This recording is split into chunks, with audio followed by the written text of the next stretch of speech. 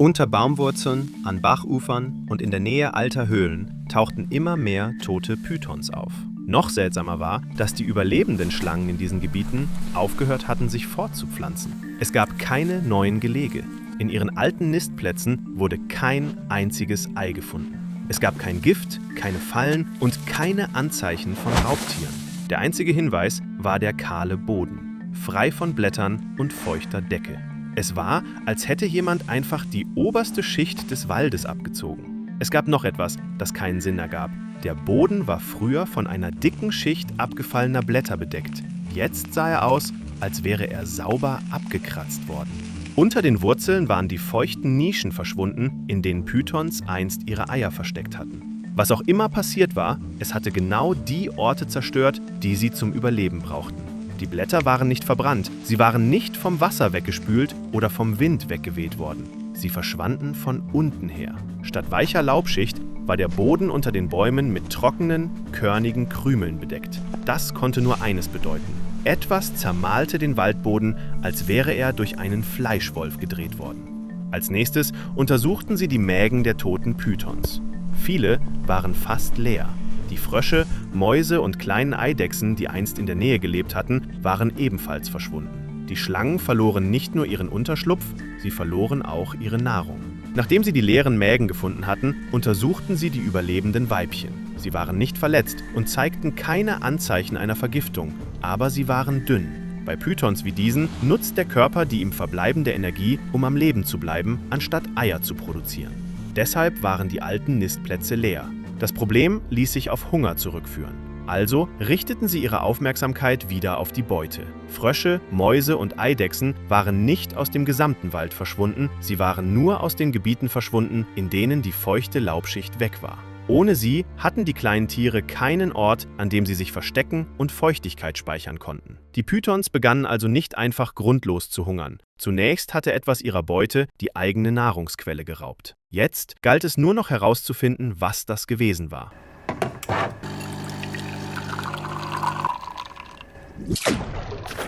Zunächst sah der Boden aus wie nichts anderes als die Folgen einer Dürre. Aber eine Dürre hinterlässt Risse, Staub und abgestorbene Blätter, die über die Oberfläche verstreut sind. Hier war es anders. Die Blätter waren komplett verschwunden und unter den Bäumen lag eine dünne Schicht grauer Ablagerungen, die wie gebrauchte Teeblätter aussahen. Es war kein Boden mehr, zumindest nicht im herkömmlichen Sinne, sondern verarbeitete Materie. Als sie die Wurzeln anhoben und die alten Baumstämme beiseite rollten, wurde klar, dass die feuchten Stellen darunter verschwunden waren. Dort hatte sich einst kühle Luft gehalten, verrottende Blätter hatten sich angehäuft und der Boden war weich und locker geblieben.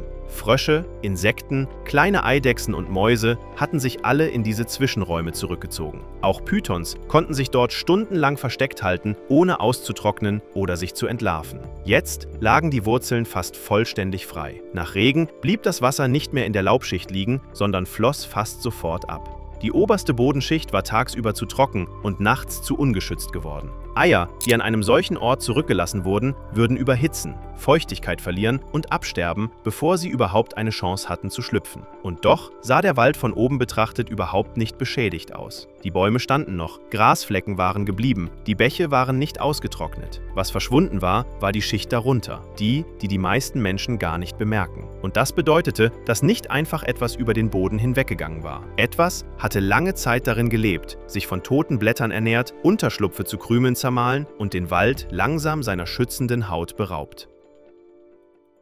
Nachdem sie den Boden untersucht hatten, richteten die Forscher ihren Fokus auf die Pythons. Und der wichtige Hinweis war nicht die Wunde, sondern wie sich der Körper verändert hatte. Zunächst sah eine Schlange fast normal aus, schwer, massiv, unter den Wurzeln zusammengerollt. Eine solche Python konnte leicht wie der lebende Beweis dafür wirken, dass überhaupt keine Gefahr bestand. Es gab keine Bisse, kein Blut, keine Anzeichen eines Kampfes. Doch dann kam das erste beunruhigende Zeichen. Sie begann, ihren Unterschlupf immer öfter zu verlassen. Lange Schleifspuren zogen sich über den trockenen Boden. Die Python lauerte nicht mehr tagelang im Hinterhalt, wie sie es einst getan hatte. Stattdessen bewegte sie sich ständig, suchte ihre alten Jagdplätze ab, kehrte zu den Bächen zurück, schlüpfte unter umgestürzte Baumstämme. Doch es gab nichts mehr zu finden.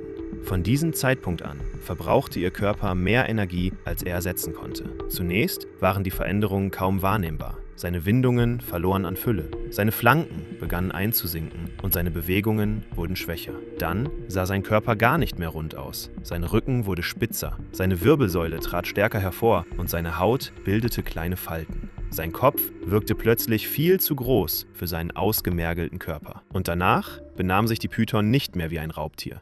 Sie bewegte sich in kurzen, stockenden Stößen, hielt öfter inne, hatte Mühe, sich fest zusammenzurollen und lag manchmal stundenlang an Orten, an denen sie sich einst versteckt hatte. Ihre Zunge schoss seltener hervor, ihre Reaktionen verlangsamten sich und ihre Muskeln schienen nicht mehr in der Lage zu sein, ihre frühere Form zu halten. Das war kein plötzlicher Tod, sondern das langsame Erlöschen eines Körpers, dem der Treibstoff ausgegangen war. Selbst nachdem die Schlange gestorben war, gab es immer noch kein Anzeichen dafür, dass sie angegriffen worden war. Doch ihr Körper verriet schnell eine andere Ursache. Ihre Augen trübten sich, ihr Maul konnte leicht offen stehen bleiben und ihre Zunge bewegte sich nicht mehr. Es dauerte nicht lange, bis Gase ihren Bauch aufblähten, obwohl die Schlange selbst nur noch aus Haut und Knochen bestand. Es war ein seltsamer Anblick. Ein langer, erschöpfter Körper mit einem aufgeblähten Mittelteil. Auf dem trockenen Boden verlief die Verwesung ungleichmäßig. Die Oberseite des Körpers begann auszutrocknen, die Schuppen verloren ihren Glanz und wurden steif. Wo immer die Python näher an feuchten Wurzeln oder am Ufer eines Baches lag, wurde die Unterseite viel schneller weich. Schließlich ließ die Schwellung nach, das Gewebe sackte ein und alles, was von der riesigen Schlange übrig blieb, war eine lange, abgeflachte Form zwischen den Wurzeln. Und das wurde ebenfalls zu einem wichtigen Hinweis. Die Python war nicht durch einen einzigen Schlag getötet worden. Zunächst war sie gezwungen gewesen, viel zu lange in einem leeren Wald nach Nahrung zu suchen. Dann verbrauchte ihr Körper seine eigenen Reserven, bis er schließlich versagte. Und erst nach dem Tod begannen der Boden und die Insekten, das zu zersetzen, was übrig geblieben war. Die toten Pythons hinterließen noch ein weiteres Problem: ihre Eier. Selbst an Orten, an denen die erwachsenen Schlangen nicht sofort starben, wurde fast keine neue Generation geboren. Alte Nistplätze standen leer und die wenigen Eier, die noch unter den Wurzeln versteckt waren, waren weder zerbrochen noch gefressen worden. Sie starben auf eine andere Art und Weise. Python-Eier haben keine harte Schale wie Vogeleier. Sie sind weich und ledrig und brauchen konstante Feuchtigkeit, um zu überleben. In einem gesunden Nest sieht ein Gelege fest und lebendig aus. Die weißen Eier behalten ihre Form, liegen leicht aneinander und bleiben geschmeidig. Doch sobald die feuchte Erdschicht verschwindet, beginnt sich das zu ändern. Zuerst verliert das Ei seinen Glanz. Dann erscheinen kleine Dellen in der Oberfläche, als würde der Druck im Inneren langsam abfließen. So sieht ein Raubtierangriff nicht aus. Das Ei verliert einfach Wasser. Der trockene, bröckelige Boden um es herum schützt das Gelege nicht, sondern entzieht ihm die Feuchtigkeit. Innerhalb weniger Tage vertiefen sich die Dellen. Die Schale verfärbt sich gelb, runzelt sich und wölbt sich nach innen. Das Ei ist keine runde Masse mehr, die auf dem Boden ruht. Es flacht ab, klebt am Boden fest und beginnt sich stellenweise zu verdunkeln. Dann kommt die Hitze. Ohne eine Laubdecke heizt sich der Boden tagsüber schnell auf und kühlt nachts ebenso schnell wieder ab. Eine erwachsene Schlange kann noch wegkriechen, um einen sichereren Ort zu suchen, aber ein Gelege bleibt genau dort, wo es abgelegt wurde. Im Inneren verlangsamt sich die Entwicklung, dann kommt sie ganz zum Stillstand. Das Gelege mag noch intakt erscheinen. Nichts hat sie aufgerissen, weggetragen oder zerdrückt, aber im Inneren ist bereits kein Leben mehr. Der Wald hatte die Schicht verloren, die einst als natürlicher Brutkasten diente, und die Eier begannen direkt dort in ihren Nestern zu sterben. Und so verschwanden die Pythons über Generationen hinweg, sogar jene, die noch nicht geschlüpft waren. Okay, aber was ist mit der Nahrung der Pythons passiert? Wo ist alles hin und warum? Die ersten Beutetiere, die verschwanden, waren jene, die von vornherein fast unsichtbar waren. Die winzigen Lebewesen, die normalerweise niemand bemerkt. Feuchtes Laub war die Heimat von Springschwänzen, Bodenmilben, Käferlarven, Tausendfüßlern, Schnecken und kleinen Spinnen. Sie lebten von der dünnen Schicht aus Pilzen, Verwesungsresten und feuchter organischer Substanz unter den Blättern. Als die Laubschicht verschwand, verschwand auch ihre Nahrung. Pilzfäden trockneten aus, Käferlarven hatten keinen Ort mehr, an dem sie sich entwickeln konnten. Schnecken verloren die feuchte Oberfläche, auf die sie angewiesen waren, und winzige Gliederfüßer lagen ungeschützt auf trockenem, bröckelndem Boden. Das war der erste Zusammenbruch. Von oben sah der Wald noch lebendig aus, aber am Boden verschwand bereits die unterste Stufe der Nahrungskette. Als nächstes waren die Tiere an der Reihe, die sich von diesen winzigen Lebewesen ernährten. Kleine Frösche konnten sich nicht mehr stundenlang unter Wurzeln verstecken, weil ihre Haut viel schneller austrocknete als zuvor. Dann erreichten die Auswirkungen die Eidechsen. Sie brauchen mehr als Insekten, sie brauchen Deckung. Auf einem gesunden Waldboden kann eine Eidechse in einer Sekunde verschwinden, unter ein Blatt schlüpfen, in einer Spalte verschwinden oder im Schatten einer Wurzel erstarren. Auf kargem, körnigem Boden verrät sie schon die kleinste Bewegung. Sie stirbt also nicht unbedingt dort, sie zieht weiter, auf der Suche nach Orten, an denen noch feuchtes Laub liegt. Auch Mäuse und andere kleine Nagetiere änderten ihre Wege. Früher bewegten sie sich durch geschützte Gänge zwischen Blättern, Wurzeln und Gras. Dort gab es Samen, Insekten und Schutz vor Raubtieren von oben. Als diese Schicht verschwand, wurde der offene Boden zu einer gefährlichen Straße. Eine Maus konnte nicht mehr dieselben Stellen überqueren, an denen sie sich einst fast unbemerkt bewegt hatte. Und nach all dem wurde klar, dass der Boden nicht einfach nur austrocknete, er wurde von innen neu geformt. Das erste, was sich veränderte, war die unterste Schicht der Laubschicht. Die Blätter verrotteten nicht mehr ganz, wie sie es normalerweise tun würden. Ihr weiches Gewebe verschwand zuerst und hinterließ nur zarte Adern und einen steifen äußeren Rand. Es war, als würde etwas die Nährstoffe aus jedem Blatt herausziehen und ein leeres Skelett zurücklassen. Dann begannen diese Überreste tiefer zu sinken. Unten vermischten sie sich mit dem Mineralboden und kamen in einer anderen Form an die Oberfläche zurück, als winzige, dunkle Körnchen. Deshalb tauchte dieser seltsame Sand unter den Bäumen auf. Etwas, das weniger wie natürlicher Humus aussah, sondern eher wie verarbeitetes Material. Als nächstes begann die Schicht, die den Wald vom Boden trennte, sich aufzulösen. Früher war sie wie eine dicke, durchnässte Matratze. Blätter, Pilzfäden, Wurzeln und Verwesung, alles miteinander verbunden. Nun zerfiel diese Matratze.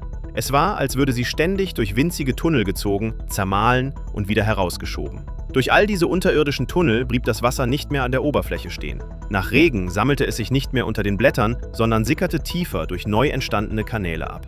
Die obere Schicht wurde schnell blass, locker und trocken. Die feuchten Nischen unter den Wurzeln verschwanden, als ihre Wände einstürzten und zu demselben körnigen Sand zerbröckelten. Dann kamen die feinen Wurzeln zum Vorschein. Einst waren sie unter reichhaltigem Laubhumus vergraben gewesen, nun lagen sie fast freigelegt an der Oberfläche. Alte Höhlen weiteten sich aus und die Ränder ihrer Öffnungen bröckelten ab.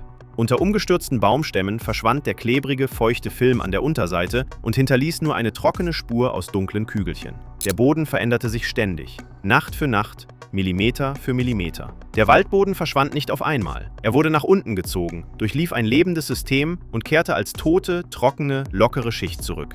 So wurde ein Ort, der einst Schutz, Jagdgebiet und einen Platz zum Eierlegen geboten hatte, in eine kahle, ausgedörrte Oberfläche verwandelt. Die große Frage lag natürlich auf der Hand. Was konnte den Waldboden so leise abtragen? Und schließlich tauchte ein Verdächtiger auf. Ein Wurm. Nicht der gewöhnliche Gartenwurm, den wir meist als nützlich ansehen. Es handelte sich um asiatische Springwürmer. Und die Sache ist die, sie können bis zu 15 cm lang werden und so groß wird man nicht, ohne viel zu fressen. Wissenschaftler wussten bereits, dass diese Würmer einen unersättlichen Appetit hatten und organisches Material viel zu schnell verarbeiteten. Sie brauchten eine ständige Nahrungszufuhr und während sie fraßen, zerstörten sie rasch genau jene Schicht aus Laub, die in jedem Hinweis immer wieder auftauchte. Aber alles zu fressen war nicht das Schlimmste. Was sie hinterließen, war kein weicher, gesunder Boden, sondern ein trockenes, körniges Material, das wie Kaffeesatz aussah. Genau die Art von Boden, die keine Feuchtigkeit speichern kann. Mit anderen Worten, dieser Verdächtige passte perfekt ins Gesamtbild. Er griff die Python nicht direkt an. Er jagte nicht einmal ihre Eier. Er veränderte einfach den Lebensraum. Zuerst verschwand die normale Laubschicht, dann veränderte sich der Boden und von da an folgte alles andere in einem Dominoeffekt. Aber diese Würmer hatten noch einen weiteren beunruhigenden Vorteil. Sie konnten sich unglaublich schnell ausbreiten. Es stellte sich heraus, dass sie nicht einmal einen Partner brauchten. Ein einzelner Wurm konnte ganz allein Kokons produzieren. Und aus diesen Kokons schlüpften neue Würmer. Das bedeutete, dass manchmal ein einziger winziger Kokon, der versehentlich im Boden, an Gartengeräten oder sogar an der Sohle eines Stiefels mitgeführt wurde, ausreichte, um die ganze Kettenreaktion in Gang zu setzen. Für dich ist es Wandern, für die Würmer ist es Trampen. Und deshalb wurde der Wurm zum Hauptverdächtigen in dieser Geschichte. Er sah nicht wie ein Schlangenkiller aus, aber er war definitiv einer. Von diesem Zeitpunkt an nahm die Untersuchung eine andere Wendung. Denn wenn diese Würmer wirklich einen ganzen Wald umgestalten konnten, dann waren sie vielleicht nicht nur eine Bedrohung. Vielleicht konnten sie auch als Werkzeug genutzt werden. Und die Spur führte direkt nach Florida. Natürlich war es Florida. Wenn die Natur jemals irgendwo ein bizarres Experiment durchführen würde, dann musste es dort sein. Naja, Australien auch, schätze ich. Florida hatte seit Jahren mit einem hartnäckigen Problem zu kämpfen: burmesische Pythons. Diese riesigen Schlangen, die ursprünglich aus Süd- und Südostasien stammen, hatten irgendwie ihren Weg in die Everglades gefunden und sich dort viel zu gut eingelebt. Für sie war es praktisch ein Luxusresort. Warm, feucht, voller Nahrung und fast völlig frei von Raubtieren. Die Pythons begannen sich zu vermehren, auszubreiten und so effektiv in den Sümpfen zu verschwinden, dass mittlerweile niemand mehr weiß, wie viele von ihnen dort wirklich leben. Schätzungen gingen einst von einer Python-Population in und um die Everglades von 100.000 bis 300.000 Schlangen aus. Florida kämpfte jahrelang gegen sie. Millionen von Dollar wurden für Beseitigungsmaßnahmen ausgegeben und es wurden eigens Leute angeheuert, um Pythons aufzuspüren und zu töten. Aber es reichte immer noch nicht aus. Denn eine Python ist fast die schlimmste Art von Problem. Sie versteckt sich unglaublich gut, lebt lange und kann Dutzende Eier auf einmal legen. Während die Menschen damit beschäftigt waren, nach einer Schlange zu suchen, arbeitete der Sumpf weiter gegen sie. Du sagst, ich habe eine Python gefangen. Und der Sumpf sagt, toll, hier sind noch 100 mehr. Viel Glück beim Finden. Der Schaden war schon lange offensichtlich. In manchen Gebieten hatten Pythons Waschbären, Opossums, Kaninchen und andere einheimische Säugetiere fast ausgerottet. Eine einzige invasive Art hatte begonnen, ein ganzes Ökosystem um sich herum neu zu gestalten. Und da kam eine wirklich kühne Idee ins Spiel. Wenn es unmöglich war, die Pythons schnell loszuwerden, indem man sie direkt bekämpfte, gab es vielleicht einen anderen Weg, das anzugehen, was Florida zu einem so perfekten Lebensraum für sie machte? Unsere Würmer waren fast zu perfekt für diese Aufgabe. Sie verbreiteten sich schnell, veränderten den Boden, fraßen die Laubschicht weg und lösten eine Kettenreaktion von Grund auf aus. Was will man mehr? Es gab nur ein winziges Problem. Würmer sind unglaublich dumm. Man kann ihnen nicht sagen, okay Leute, kriecht darüber und macht den Schlangen das Leben schwer. Und genau hier hätte der ganze Plan scheitern müssen. Denn wenn deine wichtigsten Agenten keine Befehle befolgen können, kein Ziel auswählen können und im Grunde nach der Logik, dunkel ist gut, trocken ist schlecht leben, wie soll man sie dann kontrollieren? Gar nicht. Zumindest nicht direkt. Denn dann entdeckten sie etwas sehr Interessantes. Würmer müssen nichts verstehen, um sich vorhersehbar zu verhalten. Sie reagieren auf Signale, Feuchtigkeit, Temperatur, Bodenbeschaffenheit, Vibrationen. Und das bedeutete, dass man sie manipulieren konnte. Sobald die Menschen begannen, Würmer genauer zu untersuchen, fanden sie heraus, dass es so etwas wie Wurmzauberer gab. Das klingt, als hätte jemand im Wald den Bezug zur Realität völlig verloren, aber die Methode ist sehr real. Man rammt einen Pfahl oder eine Metallstange in den Boden und erzeugt damit Vibrationen. Die Erde bebt und die Würmer kriechen an die Oberfläche. Warum? Weil für einen Wurm bebender Boden Gefahr bedeuten kann. Ein Maulwurf oder ein anderes Raubtier gräbt vielleicht in der Nähe. Es bleibt keine Zeit, der Sache nachzugehen, er muss raus. Der Wurm denkt nicht, verdächtig, da zittert ein Stock im Boden. Der Wurm denkt gar nicht groß nach und gerät trotzdem in Panik. Es stellte sich heraus, dass Würmer nicht trainiert, aber ausgetrickst werden konnten. Man musste nur die richtigen Bedingungen schaffen und sie reagierten genau so, wie die Menschen es wollten. Asiatische Springwürmer waren abhängig von Feuchtigkeit, Temperatur, organischem Material und dem Zustand des Bodens, was bedeutete, dass man sie in eine bestimmte Richtung lenken konnte. Niemand musste ihnen sagen, kriecht darüber. Es war eher so, hier werdet ihr es bequemer haben. Nicht, vermehre dich an dieser Stelle, sondern an dieser Stelle gibt es alles, was du brauchst. Die Idee war nicht mehr nur eine wilde Fantasie, sie war zu einem Plan geworden. Von diesem Zeitpunkt an war die Zerstörung des Bodens durch die Würmer kein Zufall mehr. Sie wurden so gelenkt, dass sie den Pythons dort zusetzten, wo es weh tat. So ähnlich wie eine kontrollierte Sprengung, nur mit Würmern. Es klang alles genial einfach. Wenn eine Python schwer zu finden war, musste man nicht jede Schlange einzeln jagen, man konnte einfach das ganze Gebiet ruinieren. Keine angenehmen Lebensbedingungen mehr, keine einfache Jagd mehr, keine Fortpflanzung mehr. Und dann kam eine weitere Idee auf. Was wäre, wenn wir den asiatischen Wurm nicht genauso verwenden würden, wie er war, sondern ihn stärker machen würden, nicht schlauer? Ehrlich gesagt gab es da nicht viel Hoffnung. Nur die spezifischen Fähigkeiten verbessern, die er tatsächlich brauchen würde. Niemand brauchte einen genialen Wurm. Sie brauchten einfach einen Wurm, der verdammt gut darin war, Wurmsachen zu machen. Zunächst schien dieser Plan ziemlich überzeugend. Schließlich brauchte eine Python keinen persönlichen Feind. Nichts musste sie mit Zähnen, Klauen und dramatischer Hintergrundmusik angreifen. Es reichte aus, die Welt um sie herum schlechter zu machen. Der Wurm gegen den Ort, an dem die Schlange lebte. Ja, der epische Faktor nahm ein wenig ab, aber Ergebnisse sind das, was zählt. Dieser verbesserte Wurm sollte abgestorbene Blätter und Pflanzenreste schneller verzehren. Dann würde die weiche, feuchte Schicht aus Waldstreu schneller verschwinden. Er würde sich auch aggressiver durch den Oberboden wühlen und die Verstecke unter Wurzeln und umgestürzten Baumstämmen in trockene, krümelige Erde verwandeln. Und im Idealfall würde er sich noch schneller vermehren und so den gesamten Prozess beschleunigen. Aber nichts davon waren wirklich Superkräfte. Es waren nur verbesserte Versionen von Fähigkeiten, die der Wurm bereits hatte. Biologisch gesehen war daran nichts besonders Kompliziertes. Wissenschaftler hatten so etwas schon oft mit Insekten gemacht. Fliegen zum Beispiel. Oder Mücken. Und da kam die Versuchung auf, noch einen Schritt weiter zu gehen und den Wurm in einen echten Jäger zu verwandeln. Warum nicht? Gib ihm Zähne, Gift, den Blick eines Serienmörders und schon bald werden die Pythons diejenigen sein, die in Angst leben. Aber diese Idee zerfiel fast sofort. Ein Regenwurm ist nicht der erste Schritt auf dem Weg zum Schlangentöter. Er bewegt sich nicht einmal in die gleiche Richtung. Er hat keine Zähne, kein Gift, nicht einmal Kiefer. Und er war ganz sicher nicht dafür gebaut, Beute zu verdauen. Die Evolution hat Würmer nicht zum Jagen erschaffen, sondern für eine ganz andere Aufgabe: tote organische Substanz zu fressen und den Boden durch ihren Körper zu verarbeiten. Das bedeutete, dass man, um einen Wurm in einen Schlangenkiller zu verwandeln, nicht nur 1 oder 2 Merkmale optimieren müsste, sondern das gesamte Lebewesen von Grund auf neu konstruieren müsste. Wäre es dann überhaupt noch ein Wurm? Wahrscheinlich nicht. Selbst in der Natur agieren die eher räuberischen, wurmartigen Lebewesen meist in viel kleinerem Maßstab. Sie fangen vielleicht winzige Beute, werden aber nicht zu Jägern großer Schlangen. Es gab also keinen vorgefertigten natürlichen Bauplan für einen Python-tötenden Wurm, den Wissenschaftler einfach kopieren könnten. Die Schlussfolgerung war ein wenig enttäuschend. Die Erschaffung eines Superwurms war unmöglich. Aber einen Saboteurwurm loszulassen war durchaus machbar. Er müsste einer Schlange nicht direkt gegenübertreten oder sie aus dem Hinterhalt angreifen. Er müsste nicht einmal einen direkten Kampf gewinnen. Seine Mission war einfach und war es schon immer gewesen: den Pythons das Leben zur Hölle zu machen. Maniakisches Gelächter dabei ist optional, wird aber empfohlen. Und doch war gerade die Tatsache, dass die Idee so einfach und verlockend schien, das, was sie gefährlich machte. Dieser Wurm müsste nicht furchterregend aussehen.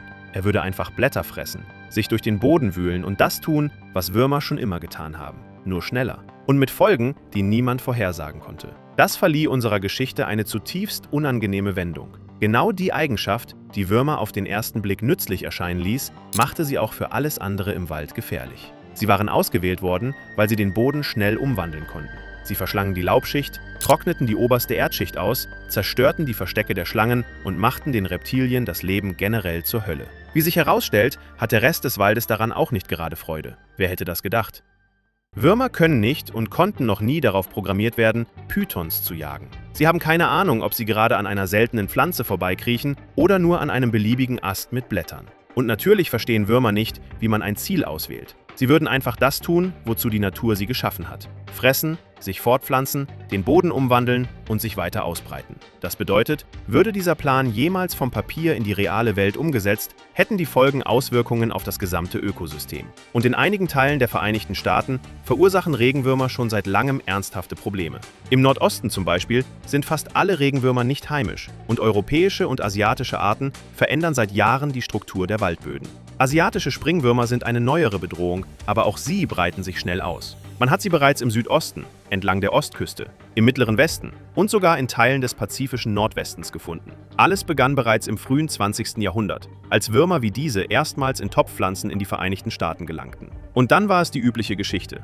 Erde, Mulch, Pflanzen, Maschinen, Schuhe, und schon war der Wurm weiter gereist als die meisten Menschen. Da wurde das volle Ausmaß des Risikos unübersehbar. Wenn diese Würmer sich bereits aus eigener Kraft ausbreiten konnten, würde ihre absichtliche Freisetzung in die Natur nicht nur bedeuten, ein weiteres Werkzeug hinzuzufügen. Es würde bedeuten, eine Art Tür und Tor zu öffnen, die aus der Versuchszone entkommen und damit beginnen könnte, Lebensräume umzugestalten, in denen niemand sie jemals haben wollte. Und der Schaden würde nicht beim Boden aufhören. Sobald die Wurmpopulationen dicht genug sind, können sie alles stören, was von dieser Bodenschicht abhängt. Von Pflanzenwurzeln und Pilzen bis hin zu Kleintieren und sogar Vögeln. Obendrein können diese Würmer invasiven Pflanzen helfen, sich auszubreiten, weil die alte Waldstreu verschwindet und sich der gesamte Lebensraum zu verändern beginnt. Unser genialer Plan klang also plötzlich so: Warum lösen wir nicht eine Katastrophe durch invasive Arten, indem wir eine neue verursachen? Im Idealfall müsste ein solches Programm sehr zielgerichtet sein. Nicht einfach einen Haufen Würmer in den Wald kippen und sie sich selbst überlassen, sondern ein kleines, kontrolliertes Testgebiet, in dem die Forscher im Voraus wissen, wie weit sich die Würmer ausbreiten könnten, wie sie verfolgt werden und was zu tun ist, wenn sie die Grenze überschreiten. Noch besser wäre es, wenn es sich um einen kontrollierten Stamm handeln würde. Eine speziell ausgewählte oder gezüchtete Unterart, die darauf ausgelegt ist, unter ganz bestimmten Bedingungen ihre Aufgabe zu erfüllen und es außerhalb dieser Bedingungen nicht mehr zu tun. Ein Wurm, der die Verstecke der Pythons zerstören könnte, ohne zu einem ganz neuen Problem für den gesamten Wald zu werden. Aber das wäre für jeden Genetiker eine große Herausforderung. Und selbst dann würde das größte Problem dieser ganzen Idee nicht lösen. In Florida gibt es nicht nur invasive Pythons, es gibt dort auch einheimische Schlangen, die absolut nichts falsch gemacht haben. Sie haben nichts erobert und das Ökosystem nicht aus dem Gleichgewicht gebracht. Im Gegenteil, viele von ihnen leiden bereits unter den invasiven Arten. Aber sie leben auf ganz ähnliche Weise. Sie verstecken sich in Unterschlupfen, sind auf Feuchtigkeit angewiesen und besiedeln dieselben unteren Schichten des Lebensraums. Und Würmern ist es egal, wem sie das Leben schwer machen. Ein Wurm weiß nicht, wer Recht hat und wer Unrecht. Er weiß gar nichts. Er ist ein Wurm. Und so endete unsere Geschichte für heute, bevor sie überhaupt begonnen hatte. Auf dem Papier klang die Idee perfekt. Man nehme ein winziges Tierchen, das seine Umgebung zerstört, und wende diese zerstörerische Kraft gegen ein viel größeres, invasives Raubtier. Na bitte, brillante Arbeit. Hier ist der Nobelpreis für Wurmwissenschaft. Nur, dass ein Wurm kaum eine Präzisionswaffe ist. Er trifft alles, was ihm in den Weg kommt. Egal, ob es ein Eindringling, eine einheimische Art oder sogar ein Baum ist. Und an diesem Punkt ist die eigentliche Frage nicht mehr, ob die Idee gegen die Pythons funktionieren könnte. Es geht darum, ob nach dem Ganzen noch viel vom Wald übrig wäre. Sicher, die burmesischen Pythons würden vielleicht verschwinden, aber der Kollateralschaden könnte enorm gewesen sein. Also, vielleicht sollten wir die ganze Wurmsituation nicht noch schlimmer machen. Du schuldest mir ein Like. Wir sehen uns.